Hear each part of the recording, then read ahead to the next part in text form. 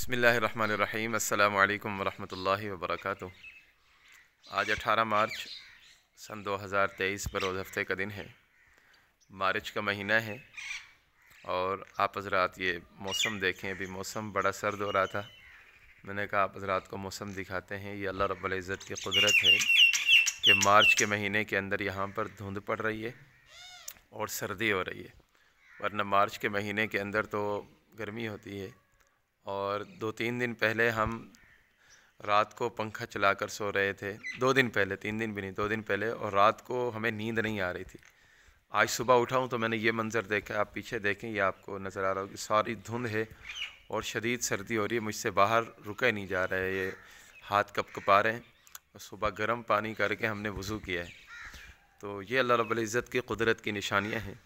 अल्लाह रब्बुल इज़्ज़त जब चाहता है निज़ाम को तब्दील कर देता है, इसलिए सारे इख्तियारात अल्लाह रब्बुल इज़्ज़त ने अपने हाथ के अंदर रखे हैं। तो ये मुझे एक अच्छा मंज़र लग रहा था, तो मैंने सोचा आप हज़रात के साथ शेयर कर दूँ।